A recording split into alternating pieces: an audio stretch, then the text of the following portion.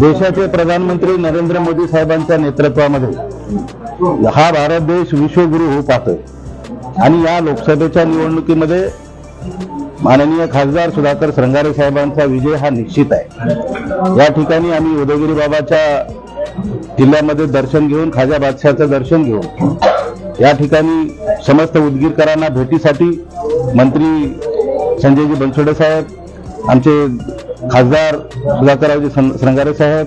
तसेच माझ्यासोबत आमचे ज्येष्ठ नेते गोविंदांनाजी केंद्रे साहेब, या ठिकाणी राहुलजी केंद्रे,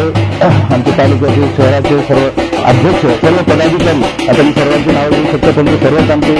शिष्टमंडळ असलेले सर्व पदाधिकारी, जिल्हा प्रदेश सर्व पदाधिकाऱ्यांच्या समवेत आज खासदार साहेबांचा घर चलो अभियान अशा पद्धतीचा दौरा उदगीर शहरामध्ये सुरू आहे। निश्चितच आम्हाला विश्वास आहे की 2019 मध्ये